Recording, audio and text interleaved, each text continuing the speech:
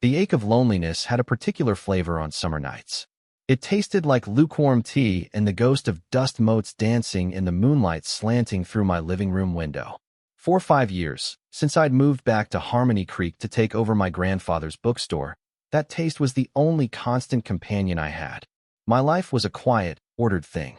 Books alphabetized, bills paid on time, a solitary dinner eaten while standing over the sink. It was a life built of defensive walls, and I had forgotten how to even look for a door. Then Wes happened. Or rather, Wes happened again. Deputy Wes Callahan. We'd grown up together, two orbits that had brushed against each other in high school hallways before spinning off into different universes. I went to college for literature. He went to the academy. I came back with a degree and a quiet heartbreak I never spoke of. He came back with a badge and a steady, unnerving calm that seemed to settle over him like a second skin. He was the town's silent protector, a man of few words and decisive action. And for 5 years, I had loved him from the safe distance of my bookshop counter, a hopeless, secret thing I nurtured in the quiet spaces of my heart. The inciting incident was as mundane as it was catastrophic. A grease fire in the apartment building above the diner. No one was hurt, but the whole block was evacuated and Wes's unit was flooded by the fire department's efforts. I heard about it from Mildred, who ran the bakery and knew everything about everyone 10 minutes before it happened. She was telling me over the phone, her voice a mix of delicious gossip and genuine concern, when my shop bell chimed. It was Wes. He stood there in the doorway, smelling of acrid smoke and exhaustion. His uniform was stained with soot, his face grim. He wasn't looking for a place to stay. He was just doing his rounds, checking on the local businesses. But when his eyes met mine, something in his steady gaze flickered. It was a weariness so profound it seemed to crack the stoic facade he wore so well. "You need a place to crash," I said. The words left my mouth before my brain, my cautious, overthinking brain, could veto them. He didn't answer right away. He just looked at me, his gaze sweeping over my face as if searching for the fine print on the offer. The silence stretched, thick with the scent of old paper and the new, sharp smell of smoke clinging to him.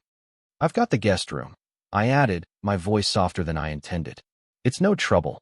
Wes ran a hand over his short-cropped hair. A muscle jumped in his jaw. "Don't want to impose, Elias." His voice. It was always a low rumble, a sound like gravel being turned over slowly. It did things to the base of my spine that I tried very hard to ignore. "It's an empty room, Wes. It'd be imposing on it to keep it empty when someone needs it." The logic was flimsy, but it was all I had. He finally gave a slow, tired nod. "Just for a night or two, till I get things sorted." And just like that, the quiet, ordered world I had so carefully constructed was invaded. My fortress had not just a door, but a guest. And that guest was the one person on earth who held the power to knock down every single wall. The first 24 hours were an exercise in excruciating awareness. Wes moved through my small house with a quiet economy of motion that was both fascinating and deeply unsettling. He was a solid presence in spaces that had only ever held my own solitary energy. The floorboards, which had only ever creaked under my weight, now groaned under his heavier tread. The air, which usually smelled of paper and lemon polish, was now layered with the scent of his soap, something clean and sharp, like cedar and rain, and the faint, lingering aroma of campfire smoke that seemed permanently attached to him. I watched him. I couldn't help it. It was a continuation of the secret observation I'd been practicing for years. Only now the subject of my study was 10 feet away instead of across a town square. I watched the way his broad shoulders filled the frame of my kitchen doorway. I watched his hands, large and capable, as he accepted the mug of coffee I offered him. His fingers were blunt, nails clean and short, the knuckles slightly scarred. The kind of hands that could fix a carburetor or handle a firearm with equal competence. The kind of hands I dreamed about in the dark, honest hours of the night. He was quiet mostly. He took his calls on the porch, his back to the house, his voice a low murmur I couldn't decipher. When he was inside, he seemed to be trying to take up as little space as possible, a stark contrast to his physical size. He sat in the worn armchair in the living room, a book open in his lap, though I never saw him turn a page. He was just there, a silent weight, a constant, humming presence that vibrated through the floorboards and up into my bones. My internal monologue, usually a steady stream of anxieties and literary quotes, became a frantic, looping analysis of his every action. He leaned against the counter while I made sandwiches. Why is he standing so close? Can he hear my heart? He probably thinks I'm a terrible cook. He thanked me for dinner, his eyes meeting mine for a fraction of a second too long. Was that just politeness? Or was there something else in his gaze? Stop it, Elias. You're projecting. I was a mess of overthinking, a raw nerve ending exposed to the air. The first touch was an accident. I was sure of it. We were in the narrow hallway that led to the bedrooms. I was coming out of the bathroom, and he was heading toward the living room. We met in the middle, a clumsy dance of mutual avoidance that ended with us both stopping dead. For a beat, we just stood there, too close. I could feel the heat radiating from his body. Sorry, he mumbled, starting to move past me. As he did, the back of his hand brushed against mine. It was nothing. A fleeting contact of skin on skin, lasting less than a second. But a jolt went through me, sharp and electric, as if I'd touched a live wire. My breath hitched. I was sure he must have felt it too. But he just continued down the hall without a backward glance, leaving me standing there with my skin tingling and my heart hammering against my ribs. It was nothing, but it felt like everything. A few days later, the touches became less accidental. Or at least, they felt less accidental to my hyperanalyzing brain. He'd place a hand on the small of my back to guide me through a doorway, a gesture that was both courteous and shockingly intimate. The touch was firm, warm, and it lingered for a heartbeat longer than necessary. Each time, my entire nervous system would light up, and I'd have to fight to keep my breathing even. He'd sit next to me on the sofa in the evenings, our knees occasionally brushing, sending that same wildfire spark through my veins. He never pulled away. In fact, sometimes I thought he leaned into the contact, just slightly. I was going insane. I was reading sonnets into a grocery list. This was Wes Callahan, the straightest, most stoic man in Harmony Creek. He was just being friendly. He was grateful for the place to stay. That was all. And yet, I would catch him looking at me. I'd be shelving books in the living room, and I'd feel the weight of his gaze on my back. When I turned, he'd look away quickly, but not before I saw the intensity in his eyes. It wasn't a casual glance. It was focused. It was searching. I didn't know what he was looking for. Maybe he was just bored. Maybe he was wondering when his apartment would be ready, so he could escape the crazy bookseller who stared at him like he was a puzzle to be solved. The tension in the house grew thicker with each passing day.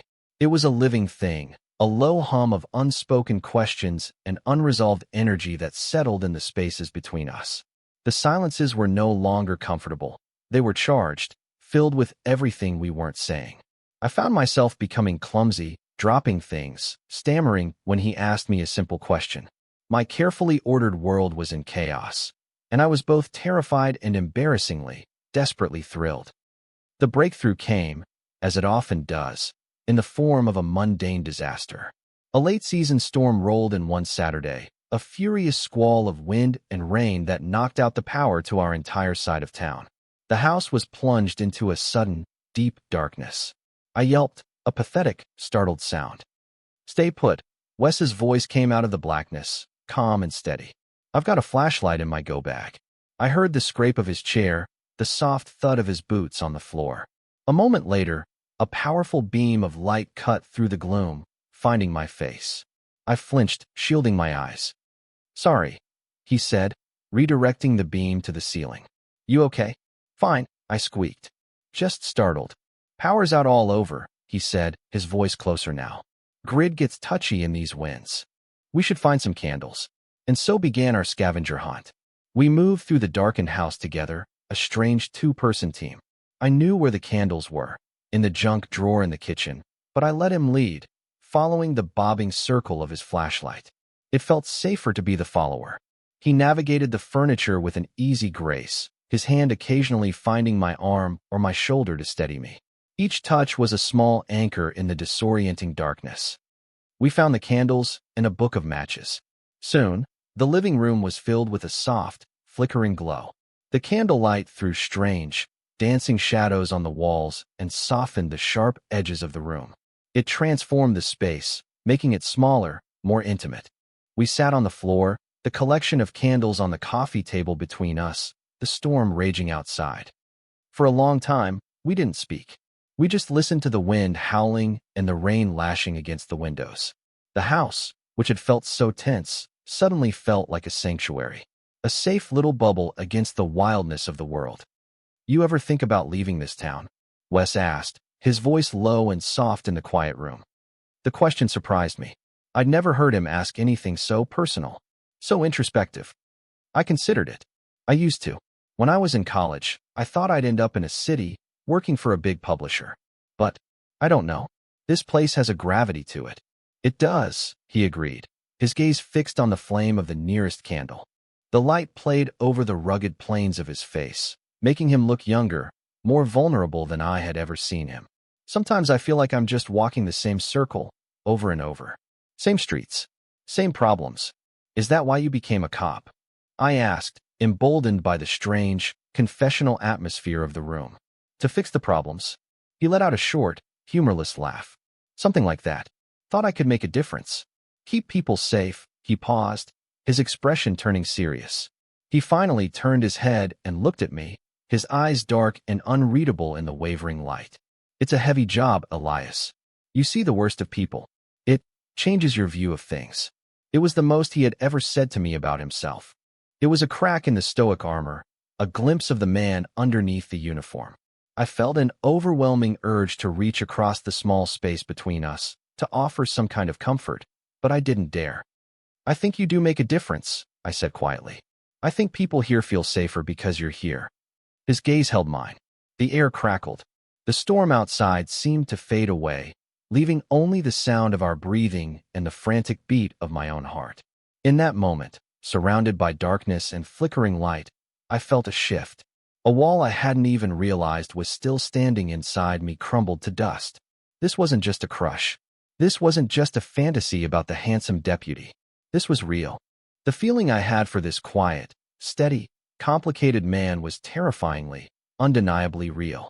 He broke the gaze first, looking back at the candle. But the spell wasn't broken. The intimacy lingered, a warm, fragile thing that settled over us in the dark.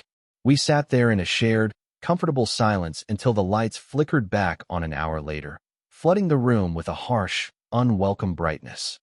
The power coming back on should have been a relief, but instead it felt like an intrusion. The harsh electric light dispelled the soft, confessional magic of the blackout.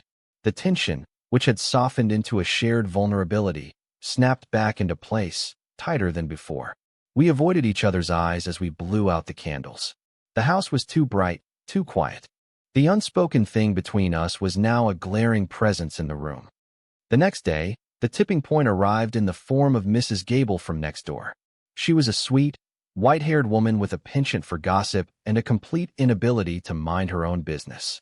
She caught me on my front porch as I was watering the wilting petunias. "Elias, dear," she started, her eyes twinkling with unasked questions. "I couldn't help but notice you have a house guest. Our handsome Deputy Callahan, no less. It's just so wonderful to see you two spending so much time together." My face flushed hot. "His apartment had a fire, Mrs. Gable. He's just staying until it's repaired." "Oh, of course," she said, patting my arm in a way that was meant to be comforting but felt deeply patronizing. "A fire. Terrible business. Still, it's nice for you to have the company. A big house for one person."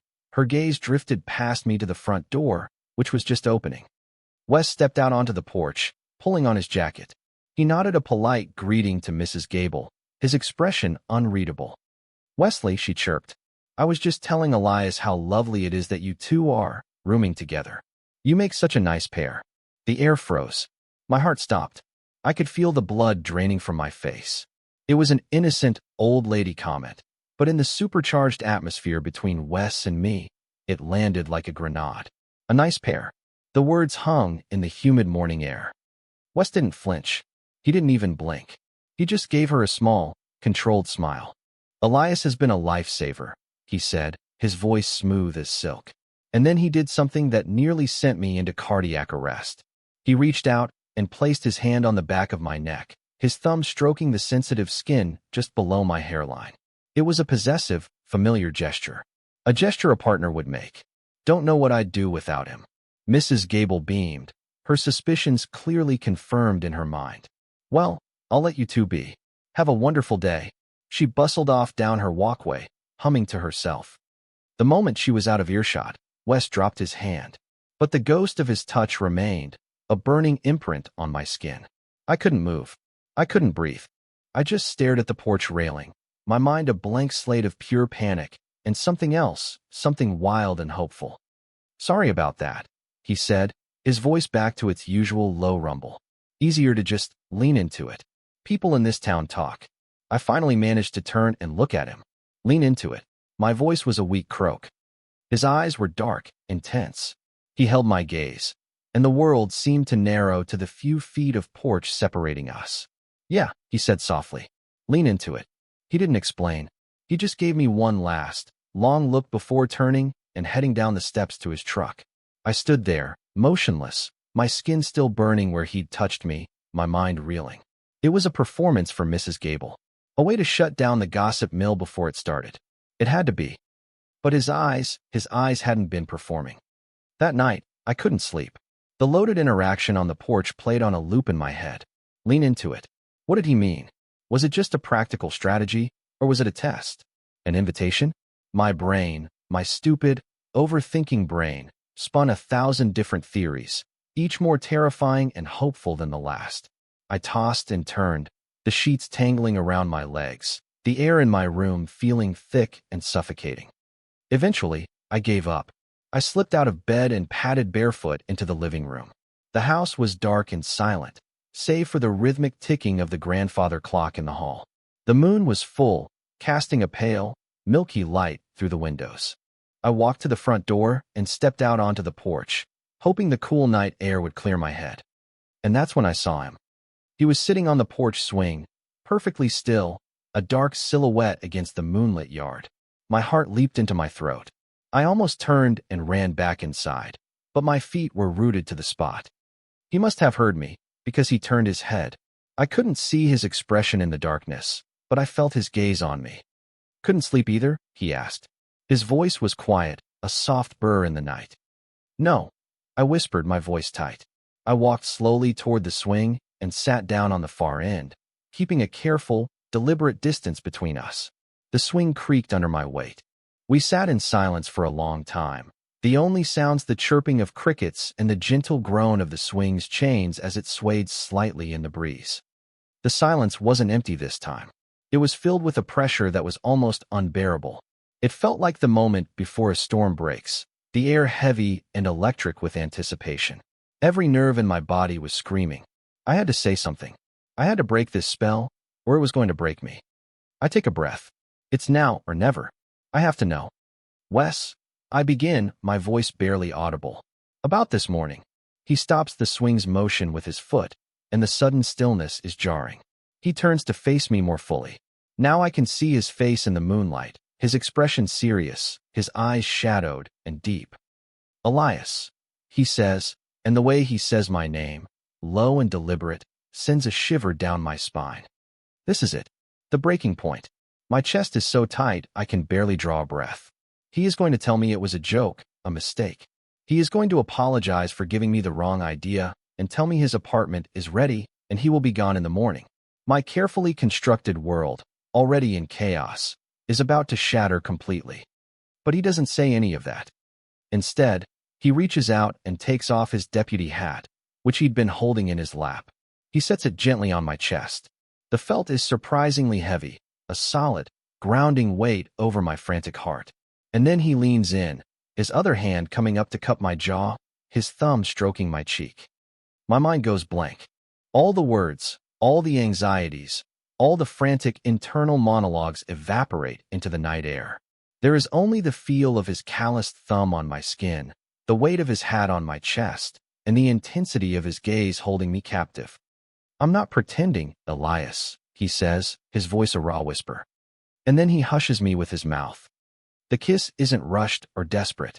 It's slow. It's deliberate. It's a question and an answer all at once. His lips are firm and warm, and they move against mine with a certainty that steals the breath from my lungs. It's not like the fumbling, uncertain kisses of my past. This is different. This feels right. It feels like coming home to a place I never knew I was searching for. I make a small sound in the back of my throat, a sigh of surrender, and my hands, which had been frozen at my sides, come up to grip his shirt. I cling to him as he deepens the kiss, his hand sliding from my jaw to the back of my neck, pulling me closer. The world falls away. There is no porch, no moon, no gossiping neighbors. There is only Wes. The scent of him, clean and smoky. The solid feel of his body against mine. The taste of him. When he finally pulls back, we're both breathing heavily. He doesn't move away. He rests his forehead against mine, his eyes closed. His hand is still tangled in my hair, his thumb stroking my scalp. The weight of his hat is still on my chest, a strange and wonderful anchor. Wes, I whisper, the name a prayer on my lips. Shoo, he murmurs, his breath warm against my cheek. Just stay, right here, with me. And we do. We stay there on the porch swing in the middle of the night, foreheads pressed together, not speaking. We don't need to. For the first time, the silence between us is not filled with tension or unspoken questions. It's filled with a quiet, profound understanding. A confession had been made, not in words, but in a touch, in a kiss. And in that moment, under the pale moonlight, my lonely, ordered world was irrevocably, beautifully, and terrifyingly rearranged. I woke up the next morning to the smell of coffee and an unfamiliar silence. My first thought was a jolt of pure, cold panic. He was gone. I sat bolt upright in bed, my heart hammering. The events of the porch swing rushed back in a dizzying wave. The kiss, his words, the feel of his forehead against mine. It had felt so real, so solid. But what if it was just a dream? Or worse, what if it was real, and he had woken up this morning filled with regret, and had slipped away before I woke up? I threw back the covers and hurried out of my room. The house felt empty. His door was ajar, and a quick glance inside showed a neatly made bed. His bag was gone. My stomach plummeted. He was gone. He'd left. It was a mistake. A moment of madness in the moonlight. I walked into the kitchen like a man heading to his own execution, my body numb with a dread so profound it felt like a physical illness. And then I saw it. On the kitchen table, there was a single mug of coffee, steam still rising from it. Next to it was a folded piece of paper. My name was written on the outside in Wes's blocky, masculine script. My hands trembled as I picked it up. I was afraid to open it. Afraid of the polite, apologetic words I was sure I would find inside. Elias, thanks for everything. About last night. I'm sorry. I wasn't thinking clearly. I squeezed my eyes shut, took a deep breath, and unfolded the paper. There were only 3 words written inside. Don't overthink this. And below that, an address.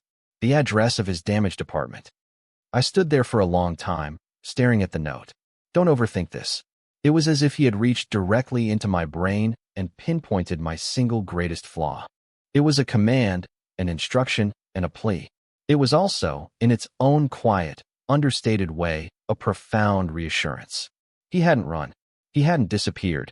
He had gone to deal with the practicalities of his life, and he had left me a message, a breadcrumb, a signpost pointing forward, not back. A slow warmth spread through my chest, chasing away the cold panic. It wasn't relief, not yet. It was something more fragile. It was hope. I spent the rest of the day in a state of suspended animation. I opened the bookstore, went through the motions of selling paperbacks and shelving new arrivals, but my mind was elsewhere. It was on a front porch in the moonlight. It was on a 3-word note on my kitchen table. Every time the shop bell chimed, my head would snap up, my heart leaping in anticipation, only to fall again when it wasn't him. The fear was still there, a low hum beneath the surface of the hope. The kiss had changed everything, but it hadn't magically solved anything. We were 2 men in a small town. He was a public figure. I was a recluse. What did this even look like? How could it possibly work? My brain, despite the explicit instruction not to, was already starting to overthink. He came back late that afternoon. I was in the back room, unpacking a box of inventory, when I heard the bell. I walked out to the front, wiping my dusty hands on my jeans, and there he was. He was leaning against the counter, looking at a display of poetry books. He was out of uniform, dressed in a plain gray t-shirt and worn jeans. He looked different, softer, more approachable, less like Deputy Callahan and more like Wes. He looked up as I approached, and a slow, small smile touched the corners of his mouth. "Hey," he said. "Hey," I replied, my voice a little breathless. My eyes flickered to the door, suddenly paranoid about who might walk in. He seemed to read my mind.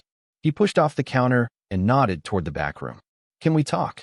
I nodded, my throat too tight for words, and led him into the small, cluttered space that served as my office. The air was thick with the smell of cardboard and ink. He closed the door behind us, and the small room suddenly felt even smaller. He didn't say anything at first. He just stood there, looking at me with that same intense, searching gaze from the night before. The silence stretched, and my anxiety began to spike. My mind raced. This was it. The real conversation. The one where he let me down gently. "I spent all day talking to insurance adjusters and contractors," he finally said, his voice low. "My apartment is going to be unlivable for at least another month.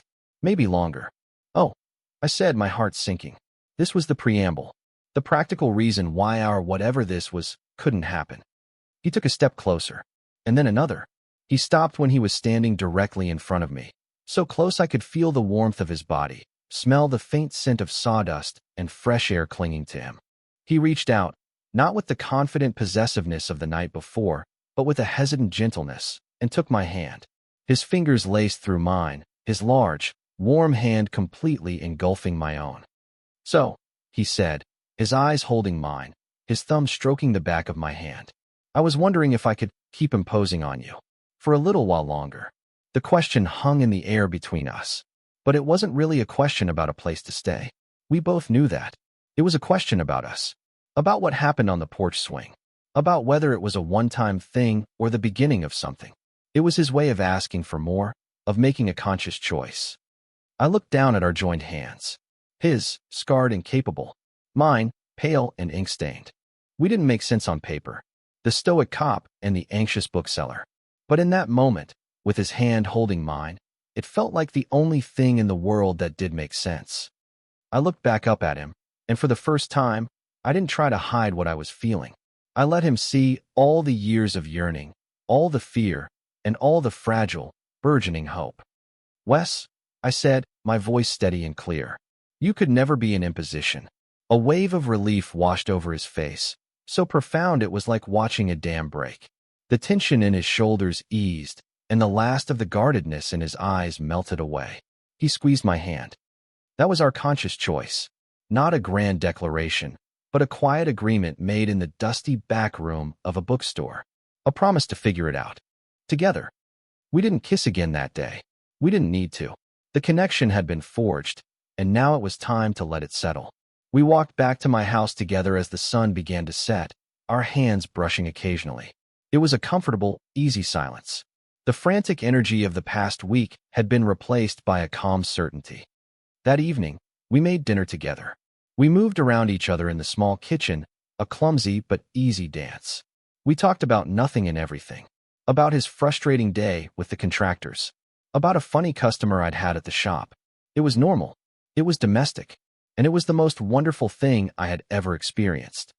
Later, we sat on the porch swing, a comfortable distance between us this time. The night was warm, the crickets were singing their song, and the moon was rising over the trees. It was the same scene as the night before, but the emotional landscape was entirely different. The unbearable tension was gone, replaced by a deep, quiet intimacy. I was no longer the passive observer of my own life. I was here. I was a participant. Wes had been the catalyst, yes, but I had made a choice, too. I had chosen to let him in. I had chosen to be vulnerable. I had chosen to accept this incredible, terrifying, beautiful thing that was happening. As we sat there, he reached over and took my hand again, lacing our fingers together and resting our joined hands on his knee. He didn't say anything. He just held my hand and looked out at the night. I leaned my head back against the swing, looking up at the vast, star-dusted sky. The ache of loneliness, that familiar companion, was gone. In its place was a feeling I couldn't quite name. It was more than just hope. It was a sense of peace, a sense of rightness, the feeling of a key finally sliding into a lock I didn't even know I'd been carrying. I didn't know what the future held. I didn't know how we would navigate the complexities of a relationship in this small town. There would be challenges. There would be fear. But for the first time in a very, very long time, I wasn't afraid. I was home.